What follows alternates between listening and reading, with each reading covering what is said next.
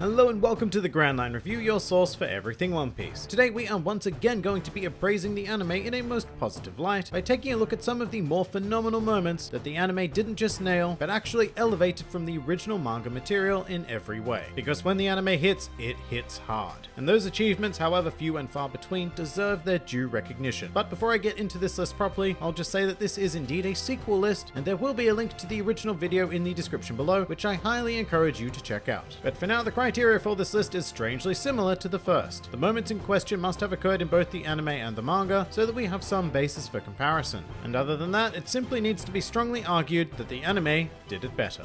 As a result of that, it should go without saying that everything on this list must be canon, because filler just doesn't occur in manga, unless it's the Davy Back fight. But let's not talk about that. And with that out of the way, let's begin. Welcome to another top 5 times the One Piece anime outperformed the manga. Number 5. The Crocus Gag. One way in which the anime is frequently able to surpass the manga is via comedy, owing entirely to the control of timing and delivery, something that can be difficult to achieve in manga form, as the reader will generally go through the material at their own pace, which may make certain gags more or less effective. And one joke the anime crafted to absolute perfection is the introduction of Crocus during the short-lived Reverse Mountain arc. Through use of sharp cuts, dramatic sound effects, and tense music, the anime is able to build up an incredibly serious atmosphere, one that makes you feel like the Straw Hats could actually be eviscerated by this man at any second, only to drop the audience into comedic freefall when Crocus chooses to lie down and read a newspaper. Not only that, the style of joke works so well that it is played to great effect 2 more times immediately following this, with my personal favorite portion of the gag being Crocus demanding that the Straw Hats stop or someone is going to die. Only to then clarify that that someone would be him. Which isn't to say that these jokes don't work in the manga as well, they certainly do, but the anime adaptation is an entirely different beast, producing tight, effective comedy that had my stomach aching from laughter after initially viewing it, and therefore serving as the perfect opening example for this list. Number 4. The introduction of Sogeking. Keeping the comedy theme going, we have the introduction of the world's greatest sharpshooting superhero, and annoyingly enough, I have to break my own criteria here, sort of. You see, this is far from a case of a straight-up adaptation. It may even technically be considered filler, but in its defense, the anime did something highly uncharacteristic and invested the time and money into a sequence that would serve both the scene and the character in a far greater manner than the manga ever could. And Toei achieved this by producing a full-scale anime opening title sequence, complete with an original song performed by Kappa Yamaguchi, the voice of Sogeking himself. This sequence takes superb advantage of cliché Japanese television openings, featuring super quick zoom-ins on the main character, and even a closing shot of him overlooking a sunset after a job well done. And it was just so perfect, because what this did was give the audience an insight into the kind of shenaniganry that exists within the wonderfully creative mind of Usopp, before seamlessly transitioning back into the reality of the One Piece world, to be met with the completely weirded out looks of both Franky and Sanji. But as a result of this opening title sequence, whenever I think about Sogeking, this song immediately begins playing in my mind, and I believe that it has assisted into contributing to the immortalization of Sogeking in the global fanbase, and that is one hell of a profound achievement. Number 3.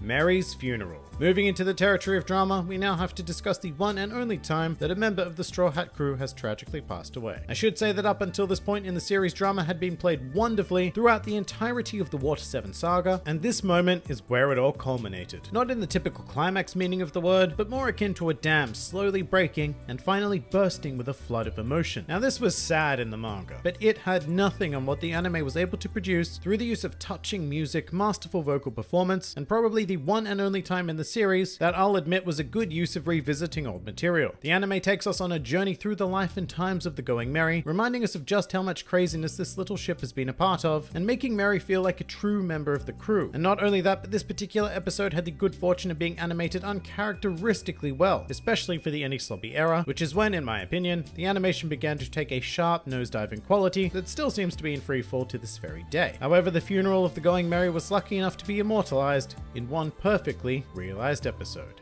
Number 2. I Want to Live. Sticking with the Enies Lobby motif, we now have what I honestly feel is one of the most iconic moments in the series, both in the manga and the anime. However, sadly, the manga does not have the advantage of Robin's voice actress, Yuriko Yamaguchi. When I first watched this scene, I had no knowledge of Japanese whatsoever, but her performance as Nico Robin yelling Ikitai made me go out and actively research the word itself, because I needed to know exactly what was being said in that powerful moment. And not only that, but Mayumi Tanaka's performance as Luffy also deserves a lot of recognition here, as the words Ikitai to Ie are similarly ingrained into my being at this point, which is Luffy demanding that Robin admit she wants to live. And all of this is set against one of the greatest pieces of music to ever grace the One Piece anime, a song called I'm Here With You Too, which I would describe as a track that breaks you down into a very vulnerable state before building you up bigger, better, and stronger. And in the episode specifically, everything is capped off with Luffy saying leave everything to us, which is one of the most epic endings to an episode in the entirety of the series. And yet there is still one moment that I cannot deny being number one. Binks Sake. So before I get into this, I just want to say that I was absolutely flooded with comments about this in my original video, and I have to say that, yeah, I'm a bit of a fool for not including it there. The final concert of the Rumbar Pirates is a torturously heart-wrenching sequence. Very similar to the funeral of the Going Merry, actually, in regards to its core structure as a montage of scenes. Except instead of one comrade dying, it's an entire crew. But all of this is contrasted by Binks Sake itself, which is inherently a happy and celebratory song. And I know that throughout this video I've mentioned music a lot, but there is no greater display of the power of sound than here. I think that this moment kind of struggles in the manga because it's so musically based. However, in the anime we get the full picture, and it even allows you to sing along if you have a basic grasp of Japanese. And all of this is designed to hit you so much harder when the Rumbar Pirates slowly die one by one until only Brook is left. Watching this scene in the anime actually gave me a new appreciation for Brook's story, putting its tragic nature on par with, if not above, that of the other Straw Hat crew members. It is a crowning achievement of the anime and a supremely worthy winner of this list. But that pretty much does it for another top 5 times the One Piece anime outperformed the manga. If you enjoyed this video and the content this channel produces in general, then please do consider donating to the Grand Line Review Patreon, because the support of all of you amazing people is what continues to make this channel possible. Also, I've recently launched a Teespring store if you're interested in shirts, hoodies, and other miscellaneous items, with proceeds going directly to support the channel as well. And if you'd like to join the fun, then please do head over to my Discord server, where a wide array of shenaniganry takes place on a daily basis. And finally, please do comment with your own favorite superb anime moments in the series. This has been the Grand Line Review, and I'll see you next time.